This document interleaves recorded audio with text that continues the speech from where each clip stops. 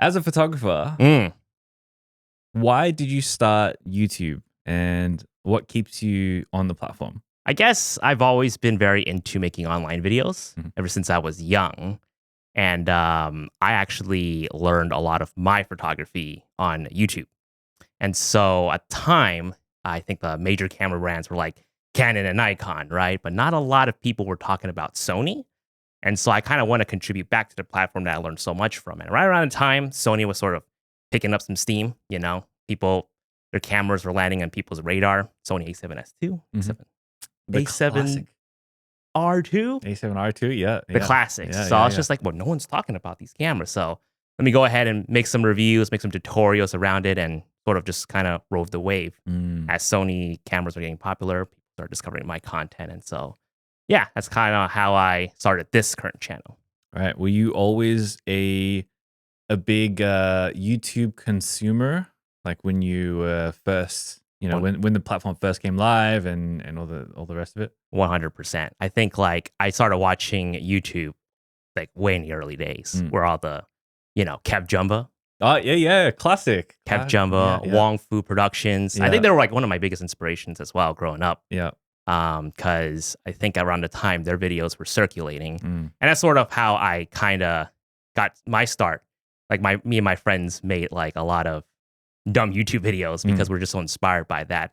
And so because of kind of watching these guys on YouTube, I was like, you know what? I think I'll be a filmmaker.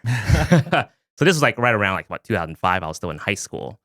And so right when I was going to college, I was like, yeah, that's what I'm going to study, filmmaking. Were you into the idea of filmmaking even before high school, or like were you always interested in video? Because I mean, video's been around for a long, long time. Yeah, I've always been interested in making videos, but I don't think that really took shape until high school. It was just making dumb videos with my friends. I think we actually had an opportunity to create videos in high school, which I'm really blessed. Um, One of my history teacher, it was like sophomore year. One of my history teachers didn't really give us a final Mm. and quiz us on like historical facts. She was just like, "Yeah, why don't you guys just make a video project or something like that?" So one of my friends had a video camera, and so we're like, let's just recreate some of these famous reenactments and histories and Oh, just do it in our fun way. nice. So we would go to the park and I don't know, reenact some random war scenes, or even do what is it? What is it called again? Rooster Teeth, the Halo stuff. What's it? The machinimas. Oh, yes, yes, yes, yes, yes. So we would yes. do that too. So having that project kind of really flex our creativity. So we would like do some stuff in the game. We would like make the little Halo Chief characters talk or like create those battles. And I always found it like really, really fun. And so I think that started taking shape around there. Like, oh yeah, I actually love making videos. And so that's why I was like, maybe I should study filmmaking in Right. college. And so What was studying filmmaking like? it's a lot to explain. Yeah. I mean, I would love to know because, for me, and I've mentioned this in the podcast before, I literally left schooling, any formal education, Oh. straight after high school. Okay. So I've been completely self-taught ever since then. And, for me personally, I've been a creative person my entire life. A lot of influences from my mom growing up and all that kind of stuff. I like discovered Photoshop when I was like 13 years old. All the like I've had I used to do music. Like I've had a whole creative through line through my entire life, but never formally studied it in any way, shape, or form. I've never gotten a certificate, never gotten a bachelor's or anything like that. So the idea of studying creativity or studying some form of creative pursuit is super interesting to me, and I don't really know much about it. Oh, that's very interesting. I think you really brought up a good point because this isn't something that I don't think this is something that you can really learn, kind of like looking back at it. So that's why it's complicated for me to talk about is because I did go to college and major in film. Okay. But it wasn't really called film because the year that I entered, they switched it to calling it media and cultural studies. Right. It used to be called film and cultural studies because that's what I applied for. And right the moment I stepped in, it was media and cultural studies. They really pulled the rug from you. They really did. But it It was so new at the time, I Mm. think. I think that's ultimately what it was. It was too new at the time because it was right around the time where people who were already on the platform were starting to make money, Mm. right? It was the concept was just very wow at the time. So what I ended up studying was just like a lot of like old media, television Mm. and books and whatever. It wasn't until like maybe halfway through my college career that I actually started like holding a camera or being in theater classes. You Right. It, know, it was all theory it first, was and very then theory first. Yeah, right, watching a lot of movies and all that stuff. So and it doing was breakdowns and like analyzing and all the rest of it. the funny thing was, I don't think I actually learned how to use a camera while I was in Huh. college. So like ISO, shutter speed, aperture, none of that, right? Holding camera, what the cameras are, none of that, right? Lighting, none of that. And so I actually had to learn a lot of that right after college. Mm. So I was very blessed coming out of college to have a job to work for a production company in LA. Oh, cool. Yeah, and so it's a Japanese production company. They actually did a lot of commercials for Japanese clients here in Japan. And so that business was actually getting like slowed down when I joined in. So my boss had me spearhead a YouTube channel, a Japanese pop Mm. culture YouTube channel. Wow. So that's when I really had to like learn a lot, right? I had to learn how to shoot, how to edit, how to be on camera. Wow. What So year was this? this was I graduated 2012. Mm-hmm. 2012. So this is like Just 2012 after. now. Yeah. So 2008, 2012, college, didn't learn much, 2012 and beyond. It's when I really just had to like learn. Yeah. In today's world, especially with cameras on our phones that we carry around with us 24/7, everyone takes photos, but that doesn't mean that everyone is a photographer. There is a difference between taking quick snapshots of your lunch and intentionally using photographic techniques to craft an image that could be art. And if you are looking at picking up the art and the craft of photography in the pursuit of mastery as quickly as possible, then maybe you might find this interesting. So I've spent well over 10,000 hours in dozens and dozens of different countries all across the world, all in the pursuit of taking world-class images that stand the test of time. And as a Sony digital imaging ambassador, I've condensed down everything that I know, all of the techniques, all of the tips, all of the tricks, and structured them into 2 courses for beginner photographers that, as many of my students have said, have drastically accelerated their learning. And for many of them, just after a single month after doing my courses provides most of them with the confidence and the technical ability to use a camera, to also intentionally compose images and to start to create a visual aesthetic, and also, of course, creating a style when editing photos. So if that sounds interesting to you, then check out my 30-day photography fundamentals course and my Lightroom editing masterclass over at patk.com/courses. Thank you so much for supporting the channel. Now, back to the episode.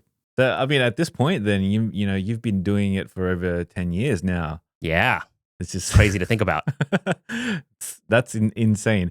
So when you were at your first production company, how Mhm. did you learn these skills? Because I think a lot of people are, especially creatives, are going to be on a similar path to you, where most people will go through a formal education system and be like, okay, I need to study photography at university, or I need to study filmmaking at university, or whatever the case may be.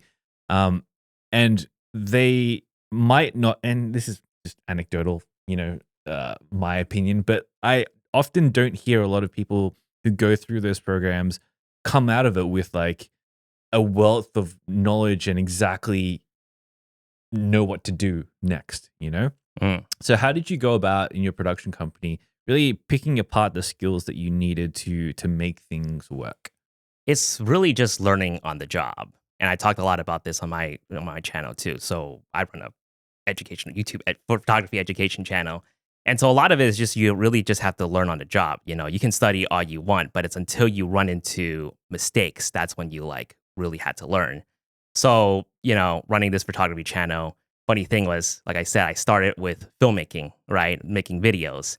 And so when I was working for this production company running this pop culture blog, we used to do a lot of Japanese rock band interviews. And so when they would come, I would set up the camera. I would have either me or the host kind of interview the band.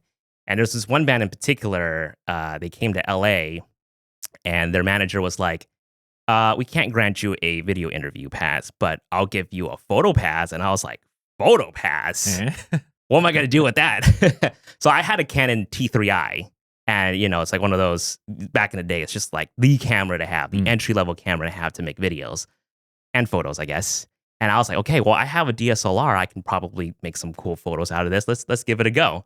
So I would just go to the concert with my kit lens, with the camera, with the shotgun mic on top still, because I was supposed to do an interview, and just shot the show.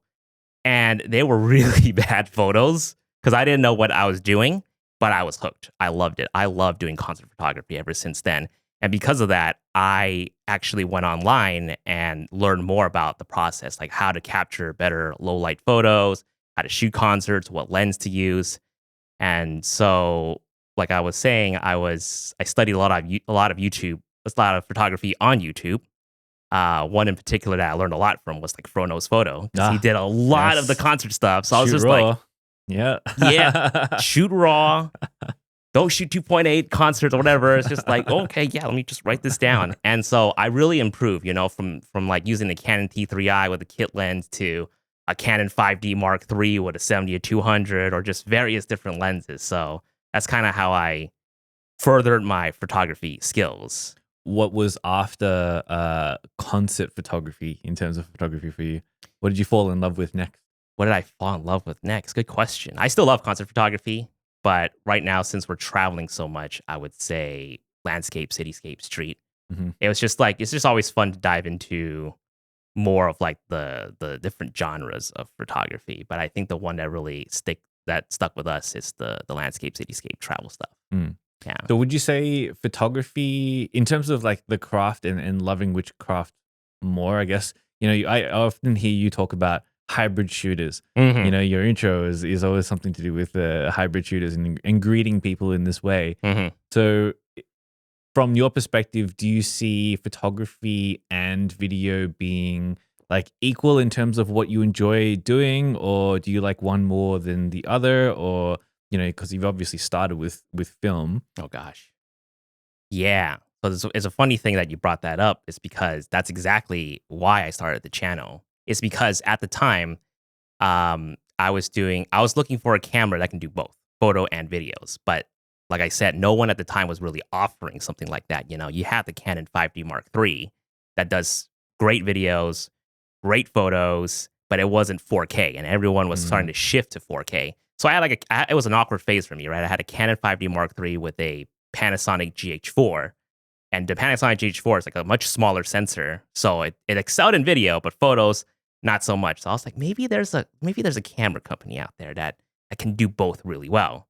And there's obviously Sony with the Enter A7S2, A7R2 with their 4K videos, amazing photo quality, amazing autofocus at that as well. And low light and all the rest of it. Yeah, so I feel like not a lot of people were talking about the hybrid capabilities of cameras. It's either very like video specific or photo specific, and just kind of discovering like, wow, this system can do both. That's why I really want to, which is why I really want to talk about it on the channel.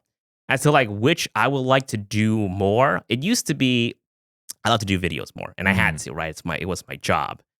And so photography was more so just a hobby. It's always been a hobby of mine. And so learning it is a lot of fun, and learning how to shoot, what to shoot. I feel like there's a lot more aspect to photography than videos, Mhm. I think.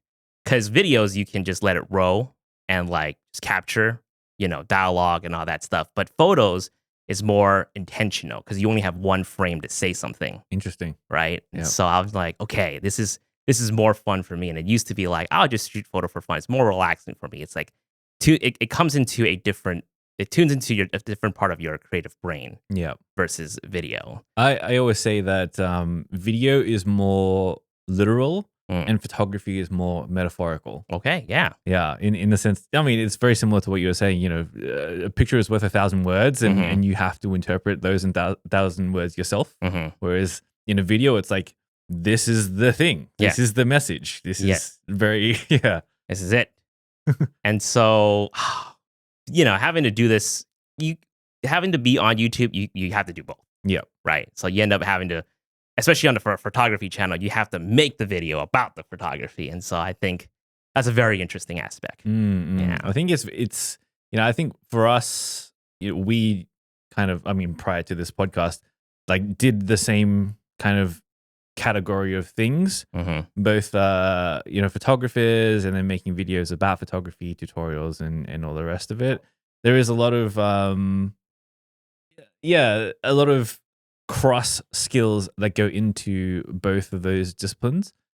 One of the things I love to cover about creatives' stories is the process of moving from, doing what you have to do as like an employee, working for a place or what have you, and transitioning into doing what you love to do full time.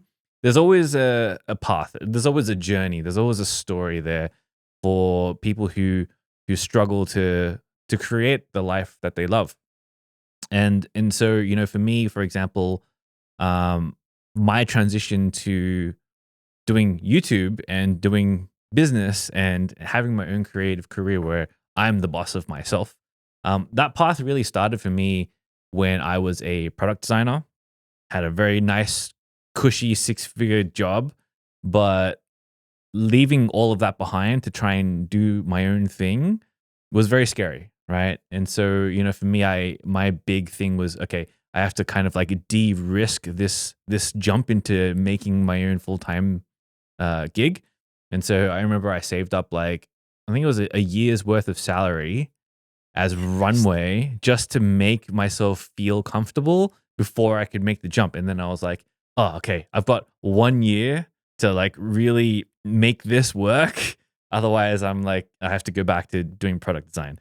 And luckily for me, before I made the jump, I had a lot of clients coming in and like sponsorships and client gigs and all that kind of stuff. So I had a lot of revenue coming in. So I knew that if I could just put the pedal down on that, I would be okay. Hmm. So what was the kind of story for you when you tried to make that transition between doing your production company work as a full timer to doing YouTube on your own? Yeah, like it was just I never had to really. I guess for me, like I said, like the production company really kind of slowed down, and so I was actually kind of let go Oh, from the position. right. And so for me, it was just like I already had the channel already 1 year in, Mhm. and so but I wasn't making a whole lot of money from the YouTube channel, at least not yet. And so when I was let go, I kind of just went full on the YouTube, and that's pretty much all there was to it. And I kind Mm, of just believed in it. It wasn't like if this doesn't work out in 1 year, that I would have to go back and find a full time job. It was just like I think we can make this possible. right. So I wasn't too concerned at the time, but I was also from a very blessed situation. I still was living at my parents at the time, and my girlfriend Vivian very supportive, and so I was able to sort of practice and keep going with the YouTube without having that fear of like failing and having to go back and find like a full time job or find Mhm. something else that's different. Yeah. Yeah, nice. I think that's a very underrated place to be in. I think a lot of creatives who, live with their parents, Hmm. I think that's such a huge help to not have to pay rent, to, have all of your foundations kind of set and met, and not have to have the financial burden of being on your own. I Hmm. think that's a very, very huge deal to making it. Hmm. And it's very interesting. What kind of if you don't mind me asking, or if you even remember, like when you first made the jump, you said you'd been doing YouTube for like a year or something around there on your own prior to making that jump. What kind of like what gives you the confidence to be like, okay, this is kind of working. I think I can make a full-time gig out of this. Because not a lot of people get that signal, and not a lot of people know, okay, this is go time now. This is working. What was that signal for you? Positive feedback, Yep. essentially. When you create something, I think any creators thrive on positive feedback, right? They make the video, they get some comments, they're like, "Oh, great video, cool video. Wow, I learned so much." You sort of like absorb that and you're like, "Okay, I think this is good. I made a very helpful video. People are really enjoying it." I think any creators, be it a filmmaker, a photographer, when you get the praises, when you get like the positive, feedback, it feels really good. And so for me, that's always what I thrive on. It's just like, how do I make my videos very helpful? How do I get people, how do I help people Mm, mm. essentially? And so that for me is like, okay, if we can help more people, you know, this could really work out. I mean, you've been doing YouTube on your own for a while now, and I'm sure there are different phases throughout your YouTube career that you've been in and out of. How do you think about making your videos different to everyone else? Because YouTube is a very crowded place. Yeah. Even in the photography subgenre, I think there are so many YouTubers right now, and there are just more and more being on the platform every single day. How do you think about making your videos stand out and be different? And how do you generally think about that for your channel? Mm. Ultimately, I think we discussed this in the car during our road trip. I think ultimately it comes down to personality. Mm, And so how I stand out is, a lot of people, I think on the YouTube space, especially the photography space, there are a lot of people that are like very serious. They want to share their knowledge, they want to share the videos, they want to share their work. But coming from like a bit of like a online video background, it was just like, how do I make my videos fun to watch? How mm, do I make it engaging? And so that's where I sort of latched on to. It's just like making my videos engaging, fun. Because at the end of the day, photography, filmmaking, all that stuff, learning it is very, very dry. mm, And so it's just like, how do you spice it up? How do you make it in a way where it's like easy to understand, fun to learn? And so for me, that's how I have been trying to stick out, with my content. It's just being fun, engaging, and also kind of inspiring people to just go shoot, just have fun with it. Don't mm, take yourself too seriously. Yeah, I love that last line because that's something that I think about a lot. Um, like when I go and shoot, like when I'm in the field shooting, it for me is a fun process. Yeah. And I'm always thinking about how, especially when I'm traveling to new places and it's like, oh, this is a cool new vista or a pagoda, whatever I'm seeing. And I'm just having fun in the moment, taking photos and documenting whatever I'm seeing. I find it very interesting that for myself, I'm one of those people that you mentioned on YouTube that is actually quite dry. I don't I like don't I don't mean to insult you. no, not at No, all. no. But I totally get it, right? Yeah. Like learning things is really dry. And I think for me, one of my points of difference with the tutorial stuff is although it's still dry, it's done in a slightly different way intellectually. And I think that was my big shtick.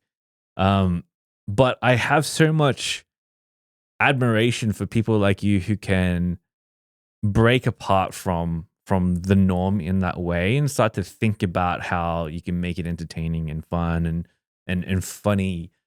Is there any like process behind the humor that you try and inject into your into your videos at all? Dad jokes. People love dad jokes. Yeah. At least my crowd, Yeah. they love dad jokes. But I kind of so here's the thing. I think like for me, I draw a lot of my inspiration from another side of YouTube, right? It's not so much of like another photography channel. I don't watch too much other photography channels or video channels. Interesting. I would watch like gaming content. I would watch like other people that are doing something different, entirely different, because that's where I want to get inspired. Like what makes me want to drop everything that I'm doing and watch what they're doing, right? And so that's the approach that I want to come in with my videos. It's like, what can I do for people to be like, oh, Jason Vong uploaded a 10-minute video or 15-minute video. Let me just put down whatever it is that I'm doing to go watch. And so it's just like keeping that energy and level and just like making it fun, knowing what they can expect from watching my video, even though they may not buy the new gear, like whatever it is I'm talking about, right? Whether Mm, whether they already know the information or maybe they are not interested in buying whatever new gear I'm talking about, they know they're coming in and be like, you know what? I learned something new about this and I also had fun watching it. mm, And I remember getting a comment from someone recently too. They're just like, there are these guys who've been shooting for years now, right? They already know all this stuff, but they're just like, it's just kind of nice to have the video in the background of you just explaining, what shutter speed is, right? It's just like a very refreshing approach. And I'm like, oh, that's a great that's a great compliment. That's the coming ultimate from, compliment. It's like, oh, thank you, thank goodness I explained this right. Like I'm like, oh shit. Because a lot of what I learned, like you said, we didn't really go through a formal education to like learn about photography, right? It's just like, what is shutter speed? Well, shutter speed is letting the amount of light coming into the sensor. It's like, who is going to sit there and like try to understand that, right? And so one of the things that I try to do is be crafty with it. I'm just like, well, how do I explain shutter speed? Okay, let me just take this cup right here, turn on the faucet. I was like, yeah, shutter speed is kind of like letting the faucet run into the cup. You're opening up the sensor. That's slow shutter speed right there. Long exposures. It's like you're just letting the cup overflow, and it's just like, wow, that makes a lot of sense. And like having these like visual examples and something that a little bit more basic for people to understand, I think really helps a lot. And so I like to get creative with like how I explain things. And sometimes you just have to. And sometimes a lot of people watching are just like, well, that's not how you do it. That's wrong. That's not how you explain it. But I'm just like, but the person ends up getting it, right? It may not be entirely true, and I have to always preface it in my video. I'm just like, it may not be 100% correct, but you can think of it this way. And so I think it helps more people. If it helps more people understand the concept, I think then I've done my job. Right. I 100% agree. And I hate to swing the conversation into more of a like negative stance, but goddamn, the photography space has some real toxic people and some real like, I don't know, there's this like tendency on especially in comments when you're in the comment section of a video that's very specific photography technique heavy, a lot of toxic photographers will come in there and be like, no, this is the way you need to think about it, or this analogy is better, or this analogy is blah, blah, blah, and almost have to like prove, like what they're trying to do is like proving their own worth online with some kind of contrarian view. And there's just so much. I've seen a lot of that in my channel. There are a lot of people who have criticized the way that I teach as well. So how do you like deal with all of that? Because there's a lot of it, and it happens all the time. Yeah, this is something that I kind of want to share. I think even learning photography, I feel like learning photography is tough because when you try to get feedback on the internet, you get everyone from all different walks of life, right? From all different walks of like creativity. So like you could have taken, a good photo, but then someone who doesn't take that specific genre be like, oh, that's a terrible photo. And I've seen it all, right? My secret is I join a lot of beginner Facebook groups. Yay. And I kind of see what they're posting, kind of want to see what people are talking about.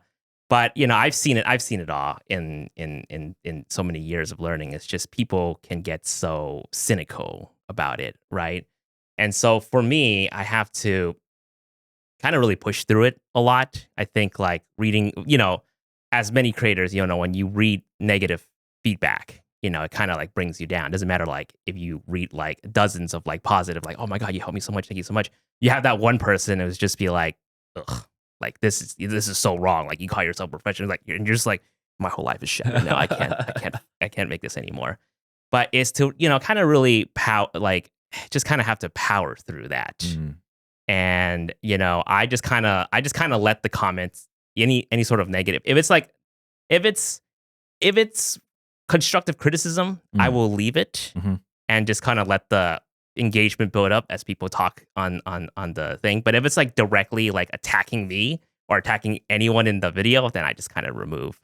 But yeah, the photography space is, I would say any space there's just a lot of negativity online. So it's just very important to just kind of like remember that it's not real, like the phrase say, go touch grass. Yeah. Yeah, I love that. I think the way I deal with it is I don't know if you know Ray Dalio. He's a very famous investor. He talks about this idea in one of his books called Believable People, and it's I'm paraphrasing a lot, but the idea is basically there are certain people in the world that can kind of garner your respect when you ask for feedback from them. For example, in the photography space, if you're a beginner and you are asking another beginner for feedback, what is the value of that beginner's feedback versus if you were to ask someone who has been doing it for 3 years or 5 years That's very and true. has seen commercial success or is a professional or whatever, who are the believable people for your own pieces of feedback? And know that, not every comment, not every piece of feedback is of equal weighting, right? And I think in terms of the internet, it's so easy to hide behind anonymity, and it seems on the surface that every single comment is the same kind of level of expertise, and the person saying it is someone who is a mature, creative who've done it for the last decade and blah blah blah blah blah. But even that is like, it doesn't mean you're good. And so there are different levels of like believability, and kind of disassociating yourself in that way, and giving yourself that filter and lens to look through before you react to a random comment. That for me has been my saving grace, because Mhm. otherwise I would just like, yeah, That's very true. I think like a lot of us, you might have felt this way at some point too. Is like, who is your audience at the end of the day, right? And so having that focus, I think like even very early on in my YouTube, like getting those comments. It's funny. So funny story really quickly. Okay, so when I first started the YouTube channel, I was very green, and so people would be like, "Why should I take this guy seriously? He's not a working professional, right?" That's Mm, such a weird. It's such a weird comment to get. And then like after being on YouTube maybe for like 5, 6 years, 7 years now, I would get comments and be like, "This guy's too professional. I'm not watching him." I'm just like, too what? professional. What? It's crazy. It's just crazy because again, you have so many people from all different walks of life that are just tuning in, and so I have to remember that I am not appealing to the photographic snobs or the filmmaking snobs, Mm, right? I have to remember that I am targeting people who used to be like me, who are tuning into YouTube and trying to figure something out. And like you said, the value that you get back from beginners, especially, is a lot more valuable than someone who's been in the industry for so long. Because even I myself have felt like, what do people care about, right? mm, Yeah, I've been doing YouTube, like making so many videos to the point where I feel like I'm saying the same thing, and I might get lost in that because people who are just tuning in are be like, I don't know what this is, or mm. like, I don't understand this concept. But even though, like to you, you're just like, I've been doing this for 8 years now, and so wow, yeah, this is common knowledge, right? No, no, it's not. No. And I try to ask my friends, people who are just getting into photography or whatever, like shopping for cameras, and just asking them like, what do you look out for? And it's important that I kind of explore things outside of the photography space because sometimes I would watch reviews for maybe something entirely different, like a vacuum cleaner. And so I would watch the vacuum cleaner review and just be like, oh, skip, skip, skip, skip. Oh, this is important. Skip, skip, skip. Oh, this is important. Mm, And kind of note that down. And so the next time I would make my review or craft my review, I have to remember, I'm like, okay, so if someone were to come in now, not knowing any cameras or whatever, what should they be looking out for? What is that information that they truly care about? And so kind of defining who that audience is for each video kind of helped me out a lot yeah. in crafting the video. If you're a photographer visiting Japan, you probably want all of the most visually attractive, stunning spots to go to and photograph. And in Japan, there is most certainly no shortage of that. That is why I have been coming back to Japan nonstop since 2016 and eventually decided to also move here. But as an English speaker, finding all of the good spots is hard. And doing all of the research on how to get there, in what season, with what gear, and all of the other nuances and considerations that lead to a great image is tiring and time consuming. So I've made it easy for you. My photography guides to Japan and Tokyo are the best selling photography guides on the internet. And I've been doing this for many, many years. And in them, I show off all of the best spots this country has to offer and how to capture them, saving you time, money, and stress, and simplifying the planning process, enabling you to have a better time here. So if that sounds interesting, then head on over to packk.com/Japan guide to check out my photography guides to Japan and Tokyo.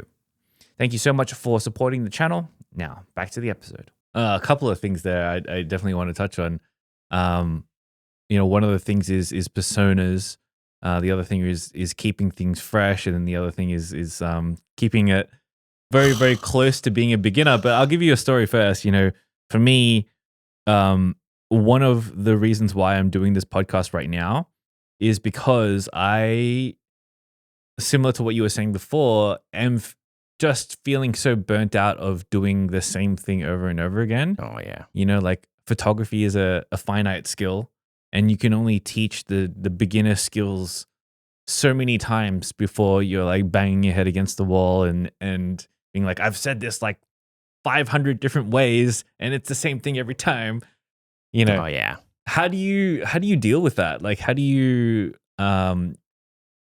push through to keep things fresh? Well, that's the secret, Pat. I'm always burned out. But you move on anyway. No, that's the thing, it's the keeping it fresh part that just makes it hard. And I think it's just important to kind of draw a line. So kind of like what you're saying, right? Like I feel like you're saying you're burned out of the photography basics. I'm not so much, but where I'm really more burnt out on is making lens comparisons. Right. So I think starting like almost like 2 years ago or even a year ago now, I stopped doing lens comparisons. I think that's what I'm really known for on the channel, is that I would like, let me just grab this Sony 24-70 and this Sigma 24-70 and just do a shootout. Like, which one is better? And I would pixel peep to no ends, and I would like do like autofocus. I'm just like, is this worth it? I mean, like back in the day, it was, because I was genuinely very excited for it, right? I'm just like, okay, yeah, like I'm going to do this. Like I'm curious too. Like I'm going to spend $800 on this lens. Let me just do some comparisons. But nowadays, people are expecting you to review, like to compare every single lens in the world, right? They'll be like, if you make one lens, they'll be like, well, what about this 24-70, this 24-70, and then let's go Tamron and Sigma, and the list goes on. How much money do you think we have? Yeah, and that's the problem, right? Like contrary to popular belief, we don't have that much money, and so we have to like either borrow or ask, like ask the companies, like, oh, can you send this out, or spend like $50 from like Borrow Lenses or something, and just borrow and just it's hard to really get the stars to align. You have every single test at your disposal, right? Unless you're Gerald Undone, and then he's got that on lock anyway. So good on him. Good on him.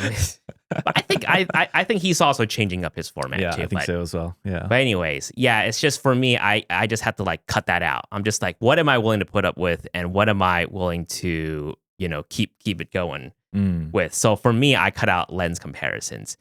Cameras, on the other hand, same thing, right? I mean, like Sony releases a camera every month. And so I wound up having to talk about the same thing over and over again. Like, all right, guys, this camera has animal autofocus, train focus, and same thing next month. Animal focus, train focus. It's like, where is the difference? How do you like?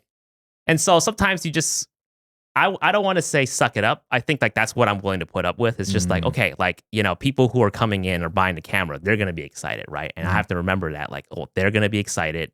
So let me be excited as well. So how do I make it exciting for myself?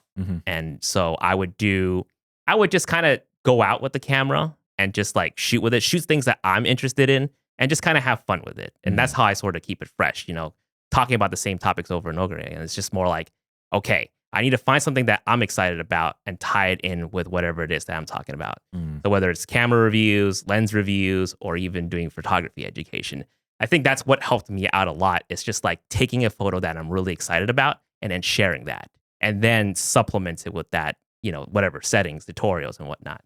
So it's like, oh, we went to shoot Mount Fuji in a pagoda. We did the whole night thing. It's like, I'm really excited for that. Let me do maybe crank out a long exposure technique or something like that, or tie it in a future video about like low light photography. And so kind of like banking on those and then just like sharing that later, I think helps me, be still having that anchor and that passion, than trying to just sit in a room and just talk about the same thing over and over again. Nice. Yeah, that's very inspiring for you to hear. And the first thought that really comes to mind after you've mentioned all that is you really treat your YouTube channel like a professional. And in the sense that there are always going to be things in any job. Doesn't matter if it's being a YouTuber or, being a full-time travel photographer or whatever it is, that there's going to be shit that you don't want to do Hmm. somewhere along the line. And then, having to just push through and find methods to continue onwards in the same train is the mark of a professional, is the mark of like showing up every day and sitting down and doing the same thing every day. And, Thank you. it's really interesting to see. Um, Something I wanted to return to, because you've mentioned it a couple of times, is, you talk a lot about putting yourself in other people's shoes. Yes. When I was doing product design, we used a tool called personas. Mm. And that is basically what you're talking about, is the crystallization of taking a person who is your audience, writing down what they like, what they like about cameras, what they like to eat every day, what their daily schedules are like, all this kind of stuff about that specific person, and then keeping it laser focused on that one person, Hmm. so that when someone else who watches the video who isn't that person, who is a 10 decade kind of experienced kind of person, comes along and watches your beginner video, Hmm. it's easy for you to be like, okay, no, I'm making it for this guy, not you. Right. Yeah, I think that's a very interesting thing. How do you kind of keep close to the beginner that you're trying to serve? Because I know that I, over time, kind of lose sight of like being in the beginner's shoes. I often forget about the struggles of being a beginner photographer because I haven't been one in so long. And so how do you keep close to that? So I would say for me, I would like to learn as well. Right. And so like we've mentioned in the podcast, there's so many subgenres of photography, weddings, street photography, landscape photography, and all that stuff. I'm not the master of all of them. Right. At best, I'm like, okay. Right. I would rank myself as okay. And so whatever photography that I'm interested in, I would learn. Right. I would pick it up.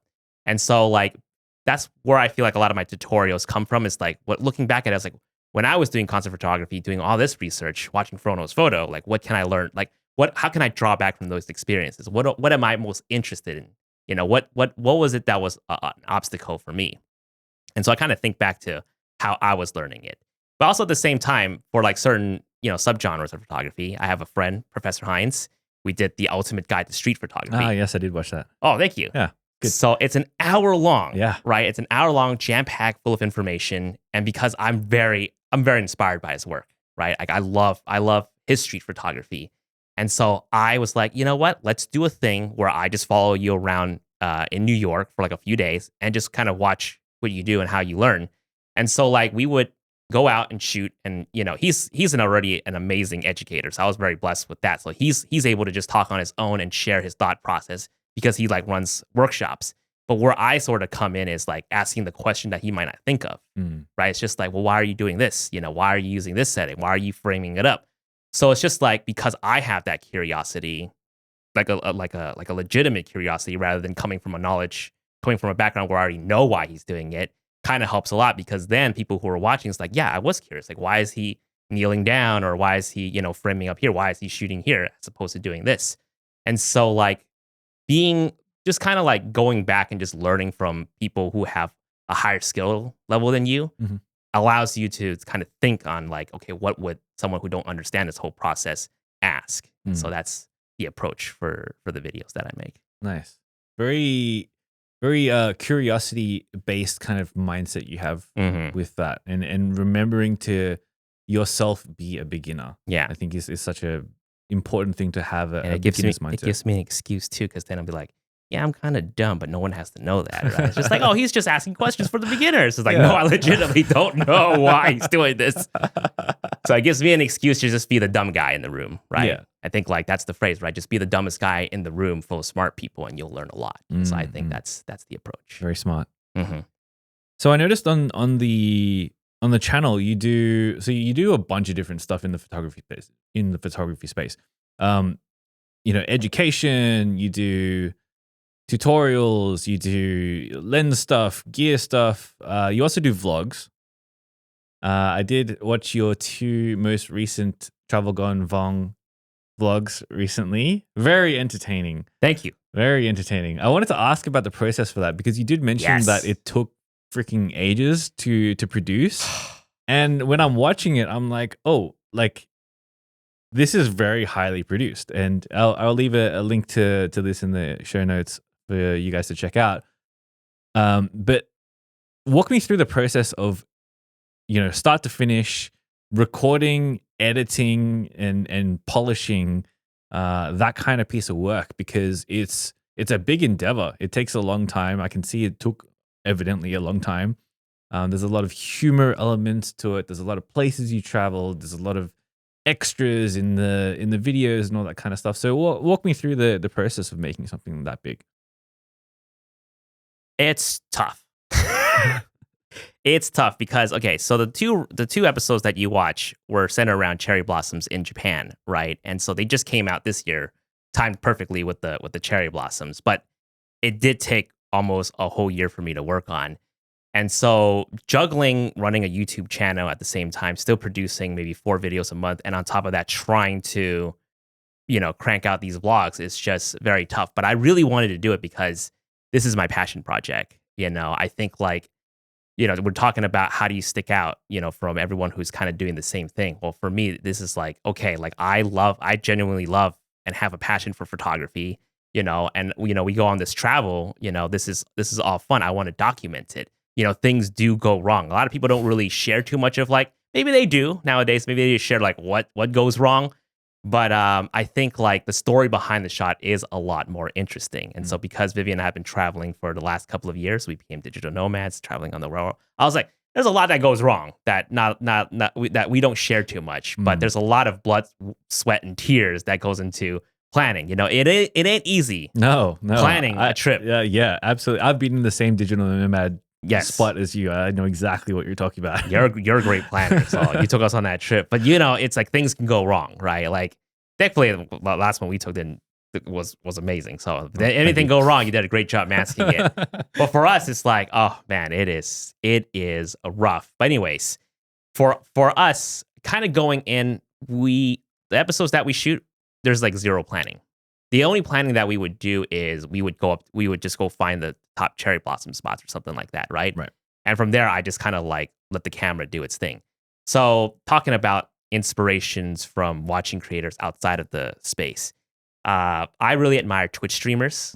I think they are amazing. Yeah. Yeah. They can stream for like 8 hours. Like the IRL ones, yeah. Or the IRL ones, they're so brave to just be live and let the things happen. I can't do that, right? Neither.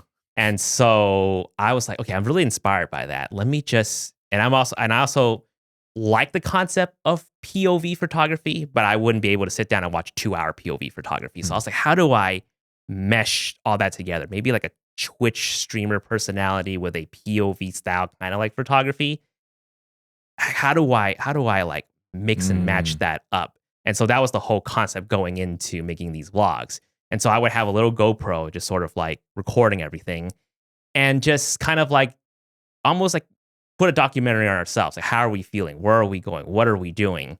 And just trying to capture all of that and just kind of figure out the story later. So I would do all the capturing in the moment, especially and ultimately making sure we actually have some good photos. Because if we don't have the good photos, I feel like it's not going to be a good video. It's not a photo vlog if you don't have photos, right? But I mean, that could also be a story too, where like, oh, I didn't get the photo. But I like my videos to have like a satisfying conclusion. So I'm always like, okay, going into these trips, like making sure that we have something good, ending it on a very satisfying note.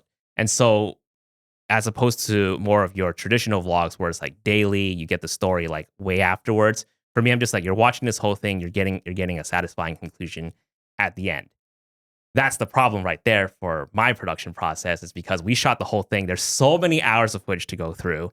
How do I like string it up all together and like be a host on camera? Because I'm not very good at hosting on location. I do most of my hosting in in the studio, doing the A roll in the studio. And so I was like, how do I play up my personality at the same time? And so like I would take snippets of what happened on the trip and then just kind of add some narration to help guide the viewers what's Mm. happening. Like these are still legitimate events that are still happening, but you need someone to like have a guiding voice of like what's happening. And so I would have to rewatch hours and hours and hours of footage. Mm. And what I would do is I would screen grab, you know, I would screen grab every clip, like what important moments are happening. And I would use Millinote to like make a timeline. Right. I would make a timeline and then I would write, okay, point A, point B, point C, point B. What is the story that we can tell here? What is the story that we can share here? What's the funny moment that we should amplify more and make the video a lot more Mm. interesting? What are the points that are more engaging for people to watch? And so like a lot of that just takes months and weeks Mm. for me to like, I think I'm pretty decent at like finding like just like doing this whole puzzle piece thing, just kind of shuffling it and just kind of constructing a linear Mm. story. And so I would do all of that. And then I actually have a really kick-ass editor that puts it all together for me. Mm. His name is Jonathan. He's amazing. So if I had to edit it, it would take probably two additional years to put it all together. But because I have that help, I'm like, okay, I'm gonna focus on what I'm really good at, which is being on camera, doing my part in the A row, Mhm. constructing a story that I want to tell, and editing the dang photos. God. So like I try not to edit everything. I would edit the photos that serve the story. Right. Or like I would focus more on what would serve the story rather than like, let me just edit 30 of these photos and I guess 20 of them I won't be using in the final. So it's just a lot of just balancing. It's a balancing act and finding the right puzzle pieces. And so this whole process is just it's rough, but it's very rewarding because I learn a lot about myself, and I feel like this is something that I truly think makes me stick out a little bit. Mhm. I try the other stuff that other photographers are doing, the POV photography or making the really nice cinematic piece. I was like, no, that is not me. I need to play on my personality because Mm. I want to be fun. This is what I'm going for. And so that's the whole concept of the vlog that I make. Yeah, it's all of that is very reflective in the actual vlog itself. Yeah. It's very high energy, it's very fun, it moves very quickly from point to point, but it still has an overall flow to it. Yeah. It has a journey from start to end, and it is very rewarding at the end. Mm-hmm. Yeah, so yeah, very like amazing vlogs, as someone who has dabbled in photography vlogs himself. It ain't easy. It ain't easy. Yeah, vlogs are just really hard to make engaging on their own.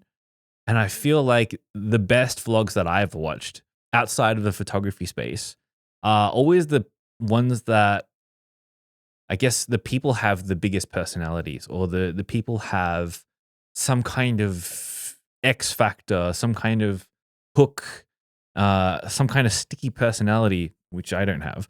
But all of them have that, and that encourages me to watch, and so I think you're really on like a very interesting track with the vlog stuff. So even if it like, regardless of how it does, I definitely hope you continue doing that kind of stuff because it's good. I want to. It's like I said, it's a lot of it is a learning process because I definitely overstepped on that pedal Mm. because it did take a lot out of me, right? Like I said, it was just doing the 4 YouTube videos a month. We try to at least produce 4 videos a month for a channel, and then on the side, it's almost like working a separate full-time job because like I would spend maybe like a few hours at night, just kind of like going through the whole thing again and like trying to script and write. It is a lot of work, but it is really rewarding. Where would I go from there is probably knock it down a few pegs. Like, it's always figuring out, like, how do we get this out a little bit faster? How can we make this a little easier? Does it need to be 15 minutes long? Can it be 5 minutes long? Does everything have to have a satisfying conclusion? And so you kind of have to work through the hard part and then dial it back and make it a lot more efficient. Right. And you mentioned that you had a fantastic editor. Mm-hmm. So I'm very curious because I am You need an editor. yeah. You need an And I editor. mentioned this in the last few You podcasts. need an Like I'm editor. looking for an editor, but I'm also the kind of Apply on person. the screen right now. Yeah, like Google Form/Pat K. Hire. I I literally made the plug last podcast. I just made the plug for you. And yeah, so plug again. Yeah, I'm really looking for an editor who, you know, can adapt to that kind of brief, right?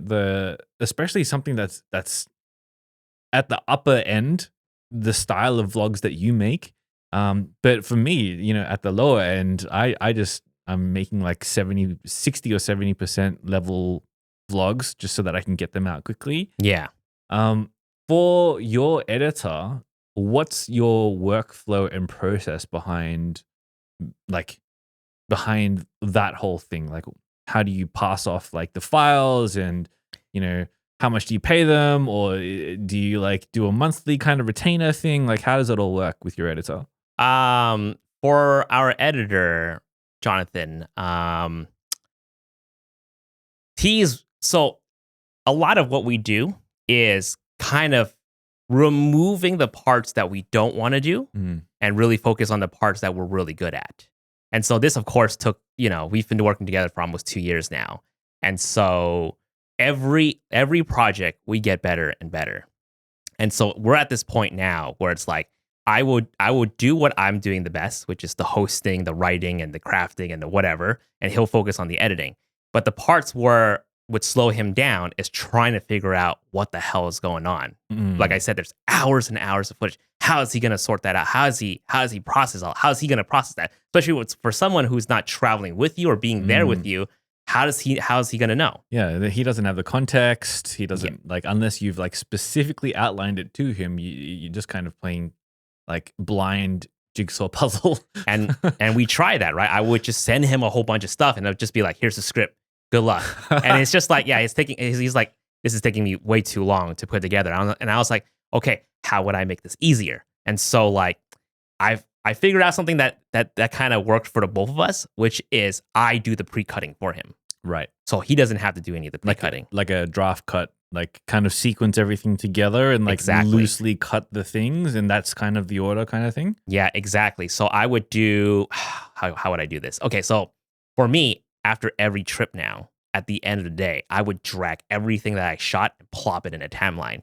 And what I would do is just put a text. I would put a label like, this is the driving. This is the spot for this photo. This is where things went wrong. Oh, use this part right here.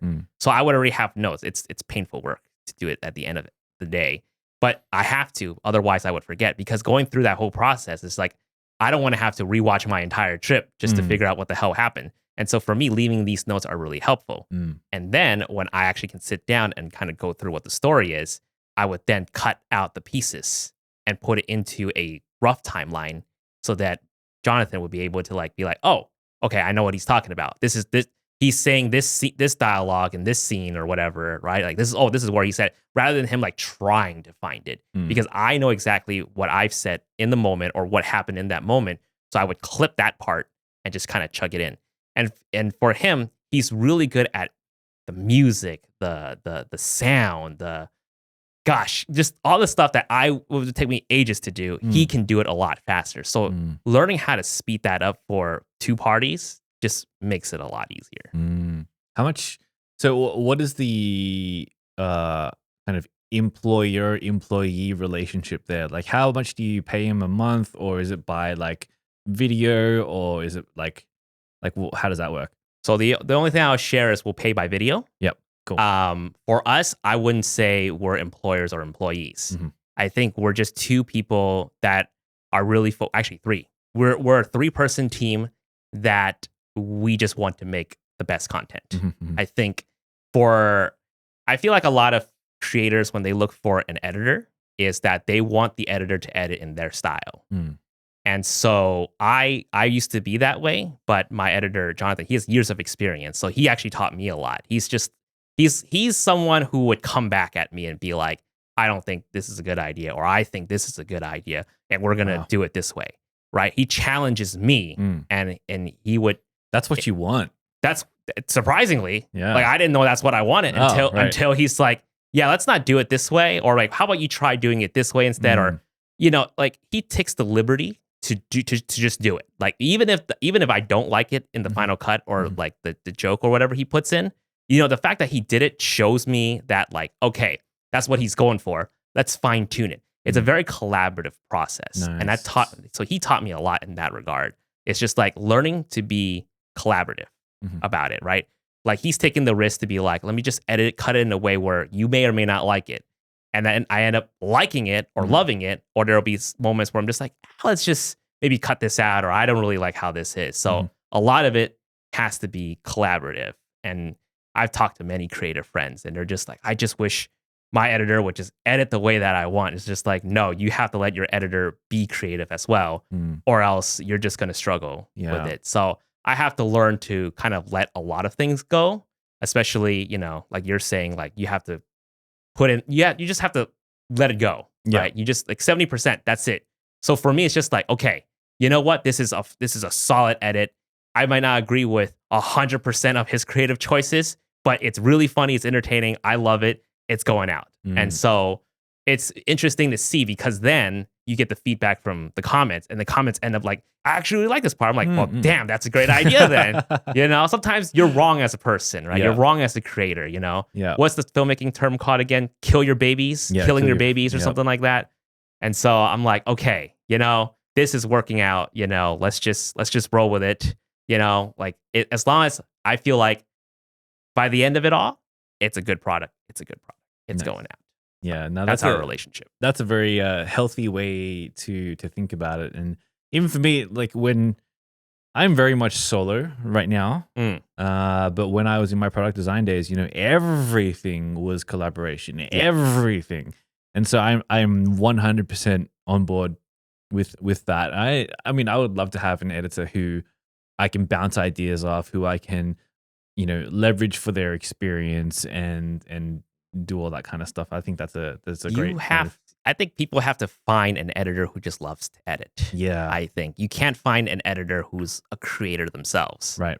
Because then it's like they're struggling to make their own content and try to edit your Yeah. videos at the same time. There's a different undercurrent with that, as opposed to it being like an editor who loves the edit. Mm-hmm. Yeah, absolutely. They are a rare breed, but they're out there. Mm. They are a rare breed, but they're out there.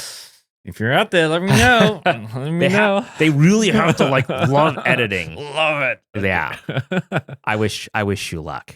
Right. But you're cutting your vlogs right now, right? I want to know your process. I see you're trying to capture content. How do you figure out what's interesting enough to talk about and share? Or do you just roll everything? I think I've gotten better at this over time, but when I first started at it, I was absolutely terrible. But As with anyone. yeah, as with everyone, but thinking out loud before you kind of do the action is the piece of the BTS that I think, anyway, people want to see, right? Like why you're going out to take a photo, or like what you're thinking about when you first arrive at a location, and like how you break that location down, or like the journey and all of the documentation along the way and all of that kind of stuff. So one thing that I am very much trying to do now is just speak out loud. And then in the edit, if it makes sense to have in there, and it kind of adds to the story, then I'll throw it in. Sometimes things, like I'll say things in the field and then they don't make it into the edit because it's like too verbose, or It's too much. Yeah. it's just too much. Like especially with my recent vlogs, I've blah blah blahing about like Gion for like a solid 5 minutes, and some people find that interesting, some people don't. And so just finding the balance of like how much to put in, but making sure to in the moment put that, like give the day that space to talk about it on camera. The vlogs that I'm doing right now aren't narrated in post or anything like that, so I have to make sure I'm good at that time. Yeah. Yeah.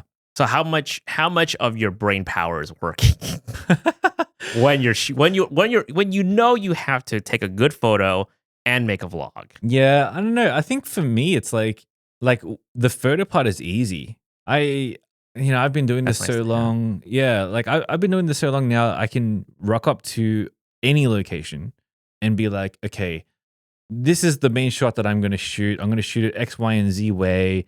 I'm going to wait here for 5 minutes, and I'm going to shoot that. I'm going to, see what the sun does over here for like the next half an hour. And I'm going to do that, and then, well, I know that this is going to happen, and this is going to, and so like preemptively, I kind of the brain power is already kind of done when it comes to the video, to the photo stuff. Lucky. But when it comes to the video stuff, I'm still very much like I don't really know what I need, so I'm just shooting everything. Yeah. And then in the edit, I'm like, okay, I'm just gonna try and figure out a story here. But basically, for me, I'm trying to keep the workflow quite simple, and so most vlogs are just this is the day. It starts here, it ends here, and that's your basic through line kind of thing. And then whatever fun things happen along the way is the vlog, and that's the 60 or 70% kind of workflow that I'm trying to instill, just so that I don't get bored of the process and I can at least make something that is somewhat entertaining. But more importantly for me, I can look back on in like a year's time and be like, oh, I did that. Hmm. Like I remember I was uploading my my archive, like not full archive, but some of the vlogs that I've done in the past that I really enjoy. And I was like, man, I was just like rewatching all of these videos, and I was like, fuck, this is like such a emotional moment when I'm reliving those experiences, and a lot of the vlogs are in that way for me. So you're making it for yourself, Yeah, first and foremost. first and foremost, yeah, first and foremost, and especially since it's second channel stuff, I think I can emotionally remove myself from the pressures of it being an algorithmic kind of video, Yeah. and it is for me first and foremost, Hmm. for me to remember, and then I can be like, oh, okay, I'll like shift some things around and try and make it a little bit more engaging, and hopefully people won't get bored and stuff like that. But here's some pretty photos to look at, in the Hmm. meantime, that kind of vibe. Yeah. So, obviously I say lucky, but obviously it's not luck because you built your skills for so long for photography that it becomes second nature for you. So that's kind of like what I was trying to say with my whole process is you have to rely and play on what you already know, Mm. and, and play your part to the T there, and to the point where it's almost second nature. For me, like when I had to shoot those vlogs, the Travel Gone Vong stuff, it's even any reviews, right? Even any videos, your mind, my mind at least, is always on go mode because I have to think about a lot of things, right? And so for me, I have to think about the shot too. I have to think about the photos. I have to think about the weather, the composition, and then like how I'm gonna edit it later. Like, what if I show up to a spot, I'm just like, I don't know how I'm gonna edit this, and I'm like Mm. internally freaking out. But then I also have to present on camera. It's like, well, I have to think of something to say, and it's like, oh god, and framing it up, like how do we make sure the framing is good? Oh, it's the audio running. It's like a lot So does much. go on. That's why that's why I asked you, it's like how much goes on in your brain? Like, Yeah. where am I gonna put this Osmo Pocket? Where am I gonna get this photo? Should I go up? Should I go down? What should I say? Yeah. It's just a lot going on.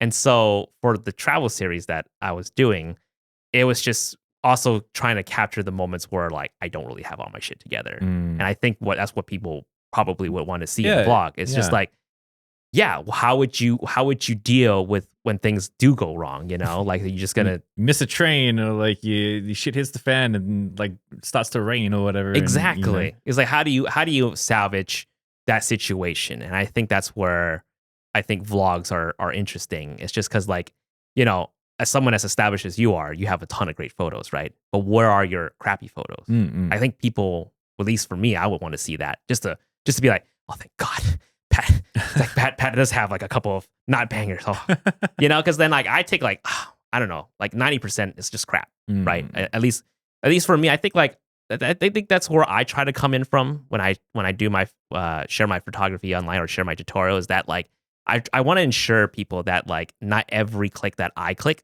is a banger, right? Mm. Like a lot of people will be like, be intentional about your snaps. just want to take one. I'm like, well, I have It's like a everything. thousand. I have Yeah. 1,000 photos, and I have to sort through it Yeah. and find that one. And even finding that one is just like, I don't know about this. I need to tweak it a lot more. And so that Mm. process is very, very long. But I think that's what people want to hear, right? And want to see. It's just like, how do you salvage a bad situation? Yeah. Yeah, a lot of people do want to see the behind the scenes process, you know? Mhm. Like everyone does it differently. I have gone through periods, especially early on, where I was also shooting just everything. All the things, everything all the time. And had to do the same thing as you. Saw it through all the stuff. I think over the years you get a lot of experience with going to a location and knowing what you want out of that in terms of photos and being like, oh, okay, like in my mind, I've like kind of systematized Yes. my own creativity in the photo space and being like, okay, I'm at a location. I want the hero shot. I want the wide shot. I want the mid shot, the telly shot, the narrow, the detail, all of these different things to tell a story about a given place. That also means that for me, like the double edged sword of that is, I will spend less time experimenting, but then I'll also spend that time exploring the place and being in the moment and all those kind of things as well. But it's different for everyone. I know, like for me, my process is a little bit weird. Like when I do, like I front load a lot of that internal mental stress when I'm at a location. So especially when I'm like trying to find a brand new location, right? I will do as much research as possible to understand the lay of the land even before I've gotten there. And in my mind, I will already come up with compositions ahead of time. Yeah. So like before I'm even there, I know what I'm going to shoot. And then anything that happens serendipitously, I'm ready for it, which is, I think, especially when you're trying to shoot photo and video at the same time, I get so flustered sometimes being like, Yep. oh, I got to change between video and photo mode. And Yep. like, I carry like two bodies and like two lenses. I'm like, fuck, like there's so much shit to do all the time. Yeah, it's being very systematic about it, right? And I think a lot of people don't also realize that is like you do have there's a certain level of planning that goes into whatever it is that we're doing. Maybe there's some people that can be just off the fly and just be able to just go out there and crank out some bangers, right? But I think for us, it's just like like you said, it's just like going in. It's like I kind of know what the photo is, and that's what I'm gonna push for. Same thing for me. It's just like that's the photo I'm going for.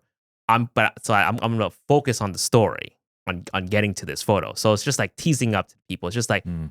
this is the I don't know. Let's say for example, this is the pagoda and the Mount Fuji shot. That's what we're going for. So let me make sure to document from the bottom of the climb all the way up to the climb. I Yeah. think that's the more interesting and the funny part because a good photo is a good photo, right? But it's the story The that story. sticks with people. Yeah. So I think also a big part of the systemization of that is knowing that, okay, I've done this before. Like I've done the whole trip to a place to take a photo before. And I need to remember that every time I'm doing this trip to go to a place, I need to take the video of the start of the process. I need to take the video of on the way to the process, the end of the process. And you start to build these like almost like a mental shot list. yeah, And you kind of rinse and repeat that, especially as you like go through the edit and you're like, oh, okay, this piece works. This is a great way to tell this story about this shot and all this kind of stuff. And that's from at least in my very limited experience has been the experience of systematizing. so you don't the write anything vlog. down. No, for vlogs, I don't write anything down. Okay. Well, if it's a long period of let's say I'm going to like recently I went to Kyoto Kansai for 6 days or whatever. I have a really terrible memory. So I will like go and do the whole day. And then after the day's finished, I'll like write notes about like what happened that day, just like really, really rough.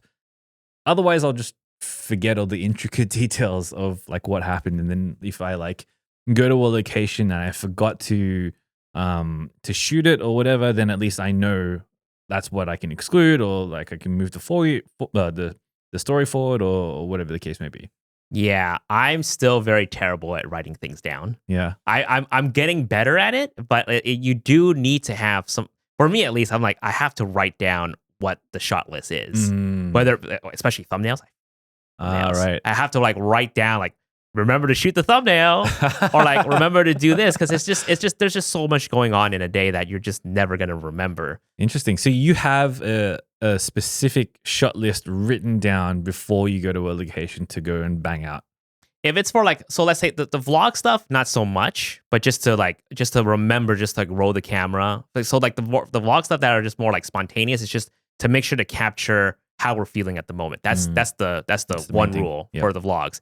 But for like a regular video where I'm having to do a review or make a tutorial, it's like I have to write this down, right? For example, like I'm gonna make a video on how to photograph in a crowded situation or something like that, right? It's just like, well, what are the situations that I need to get myself into? Well, I'll make sure that I'm in a crowded situation, or like, you know, like, oh, one of the tips is do slow shutter speed or something like that. I'll make sure to bring an ND filter, you know, like these are like the list that I would need, or else I would just go to this location, waste all that time, waste all that money, come back and be like, I could have used a shot. I could have used that one shot. Now I have to like go back out, replicate something in like a different area that's not entirely the same. It bothers me. It doesn't bother a lot of people. I don't think that maybe especially in a tutorial where like maybe your samples don't connect. But for me, it does because I'm always thinking about it as like from a video perspective, from beginning to an end. I establish this location in the beginning. I need to like be in this location. A continuity kind of thing. You know, for me to have to cut back to an indoor B-roll, it's like, oh, that's the last resort. I do not want to do that. Right. And so writing that down, making sure to get the shot is important. But yeah, video stuff. It's tough. It's tough to have to juggle almost like 3 positions, 4 position. You have to shoot. You have to be your own cameraman. You have to be your own photographer. You have to be your own publicist. You have to be your own. Gotta wear all the hats, man. Yeah. So on that, you mentioned that there's 3 of you, your editor, yourself, and then one more person. Yeah, Vivian. So, Vivian. Mm-hmm. What role does Vivian have to play in your YouTube production, in your career, in your business, as well as being a partner? Yeah. So she's my kick-ass camera woman. So she's there to shoot all my videos. You know, we always joke. She's like, yeah, well, my success with the channel is because of her cinematography. No, it's more than that. It's more than that. Way more than that. Way more than that. But she handles a lot of the stuff that I can't really do, which is the business side of things. You know, talking to brands. And so when you're a creative, and I talk to a lot of creative friends who struggle with this, and maybe you as well. It's just like, how do you answer emails? You know, close a deal while doing whatever it is you're doing, whether it be like having to plan for a trip or edit a photo or edit the video. It's a lot of time and you need a team. You know, maybe there's people out there that can do it all by themselves, but a lot of people that I talk to that's trying to do it by themselves end up hiring someone, if not an editor, someone to handle the deals. And so Vivian is excellent at that. Always, you know, just always chasing down people with the net 90s, like, where's our payment? Where's our payment? I'm not gonna do that. That's too much work. Like, why don't I'm like, oh shit, I'm not getting paid. Like, oh fuck. I gotta message them, I guess.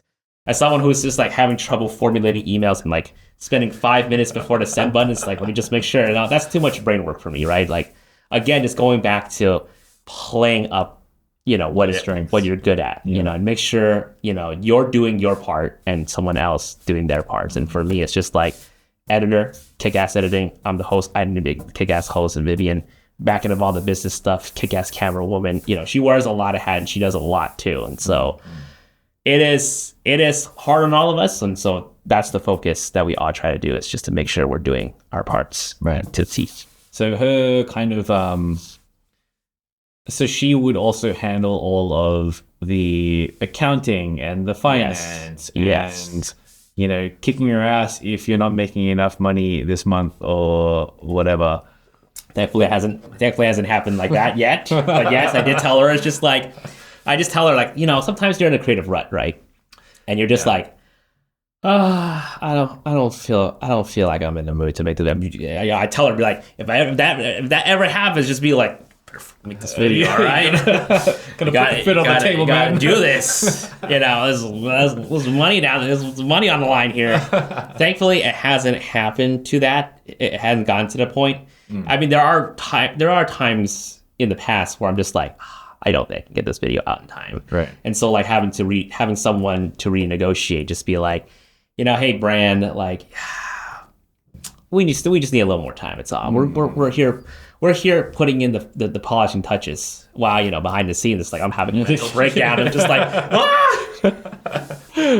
I mean, that's super nice. I mean, that allows you, that frees you up. You do need someone who's like level-headed. Yeah.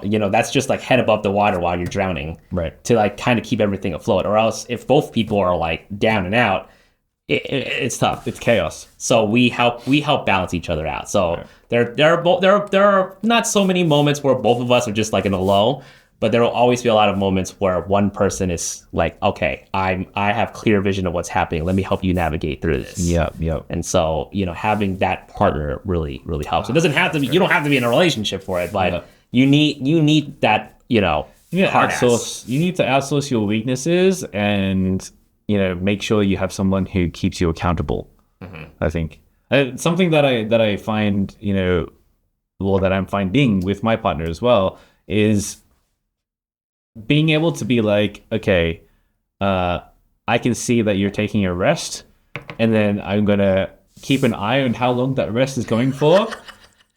And this goes for the other way around as well. And if you go too long on that rest, I'm gonna kick your ass and be like, okay, you need to get up and do this thing. Is this something you feel when you hit 30s? Because you brought that up. I just feel like I just suddenly got that. It's not a superpower. What would you call it?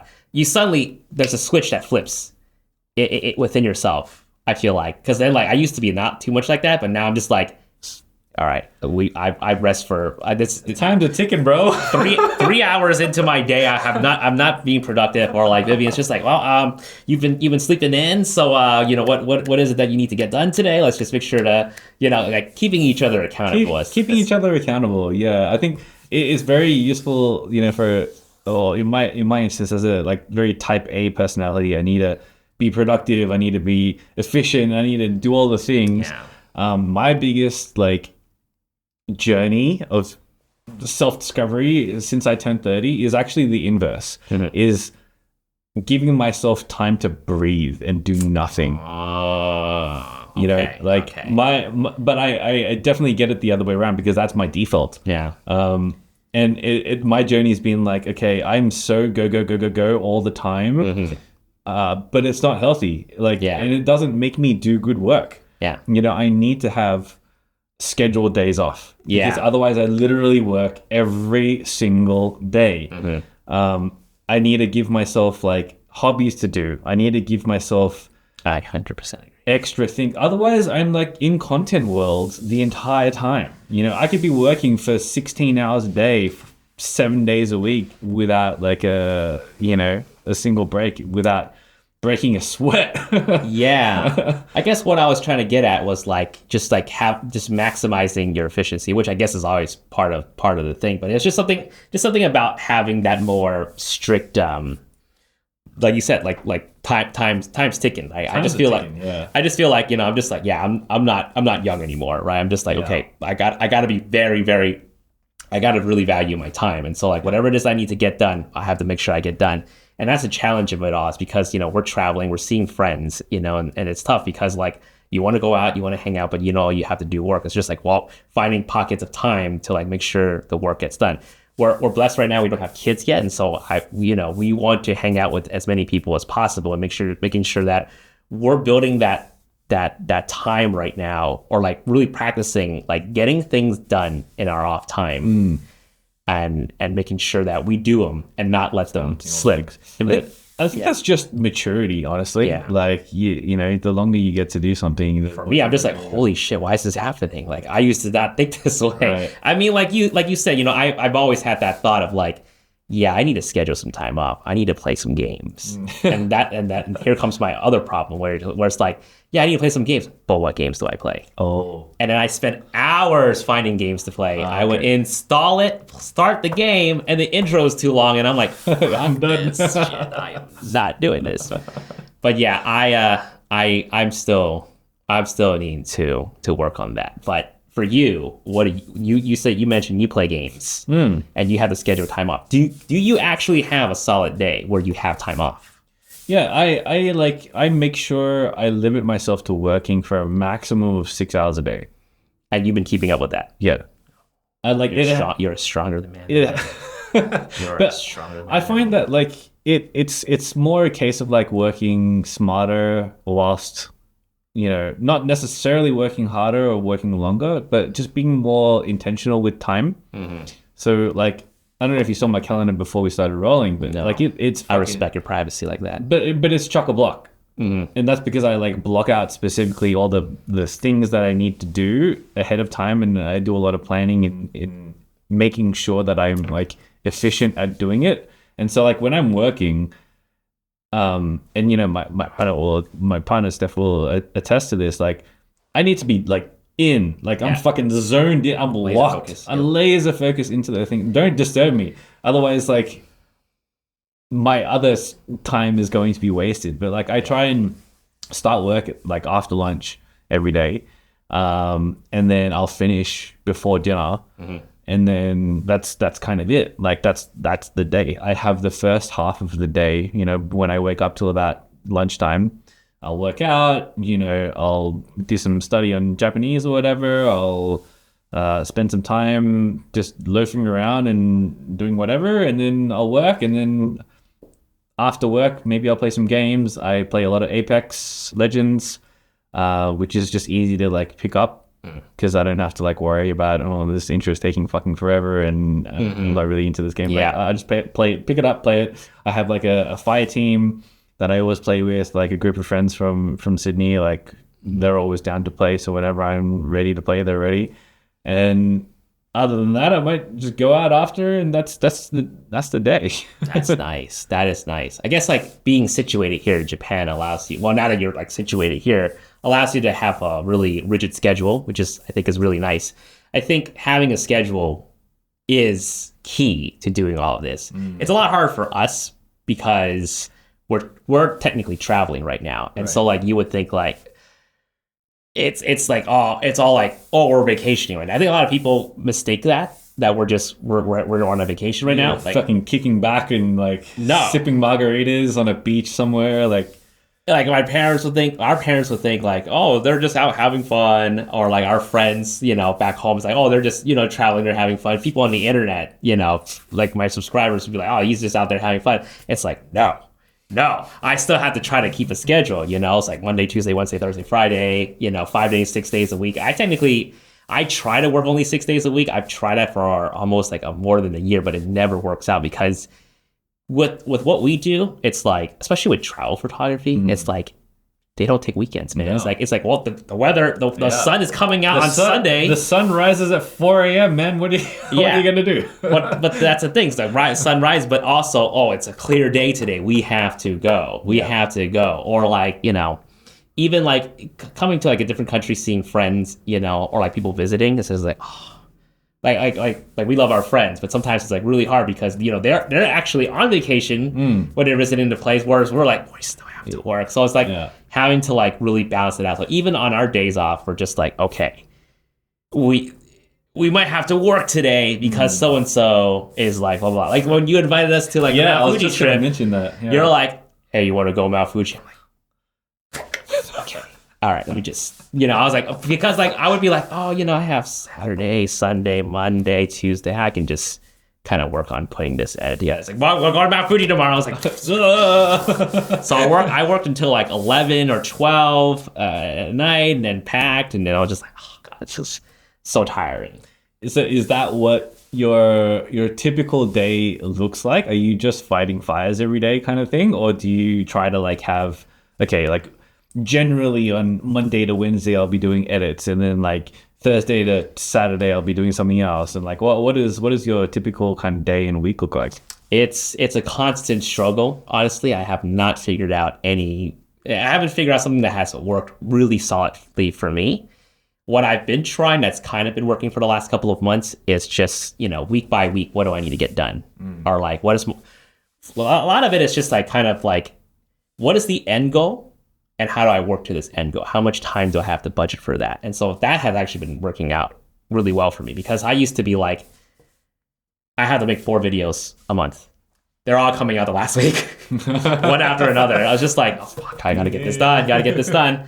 And so that was rough. That was really rough. And that's also the byproduct of working on Travel Gone Vong, right? It's just like spending those hours and trying to work on those videos and then all that stuff. It's just like, I'm someone who gives myself too much work. I'm my own worst boss. I'm very critical of myself, and I'm also saying I don't work hard enough, yada, yada, yada. Yeah, I think we all are.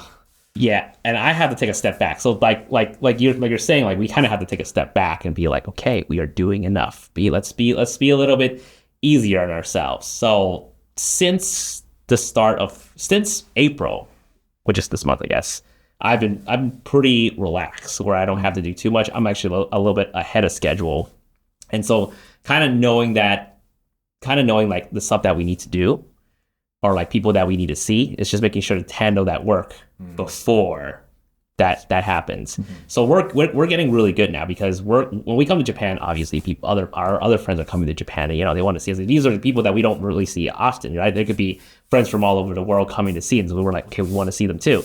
And just so we just have to make sure that we get those work done and kind of get their schedule first and foremost, get their schedule in, know when they're coming, and then be prepared. Like, if they're free to hang out, let's just, we're ready to go. So get the work done before then, right? Or random road trips that Pat's planning. It's like, okay, better, just get this done before something like that could potentially happen. Because you never know. Yeah, you never know. The cherry blossoms wait for no one. Exactly. The seasons wait for no one. Yeah.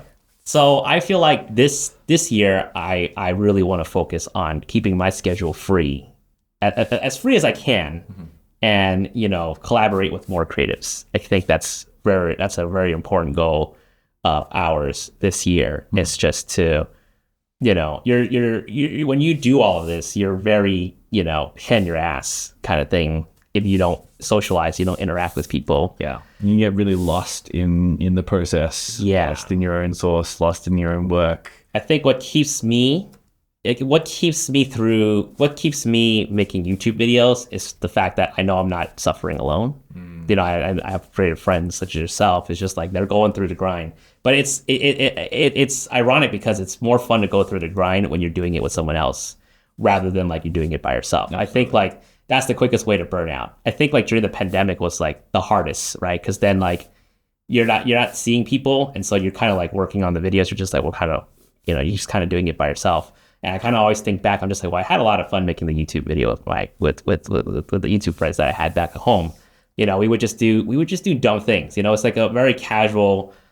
I don't know. Sometimes it just feels more relaxing than to having to take it so seriously and shooting a video, right? Like you're out with friends, you're all having fun. It kind of takes that mental load off your brain. So I think like that's something that I really want to focus more on this year. It's just to like hang out with people and just have fun with it. To find a tribe. Yeah. Of creators. Yeah. That's also what I'm trying to do here as a new mover to Tokyo is, find the creative people, find the tribe here. I remember when I first got into photography in Sydney, that was like the number one thing that I did for the first 3 years is just find other photography friends and then build a community. And then by the end of it, it was just like the most rewarding thing. We would have 20, 30, 40 people, and we all generally knew each other. Jealous. And it was just the best. I want that for here. And, getting people together and that kind of stuff. It's just such a critical part of the experience of being a creator. Yeah. And everything that we do, everything that we make is for other people anyway. And so much to your point for the pandemic stuff, when you remove people out of the equation, like who are you making things for? What are you doing it for, right? Like if they don't exist, if they're not around, then yeah, of course you're not going to feel fulfilled about it. 100%. Yeah. 100%. What is next for you? in terms of the rest of the year, it's April as of this recording. You were mentioning, this is probably gonna be a big one for you this year. What do you got planned this year?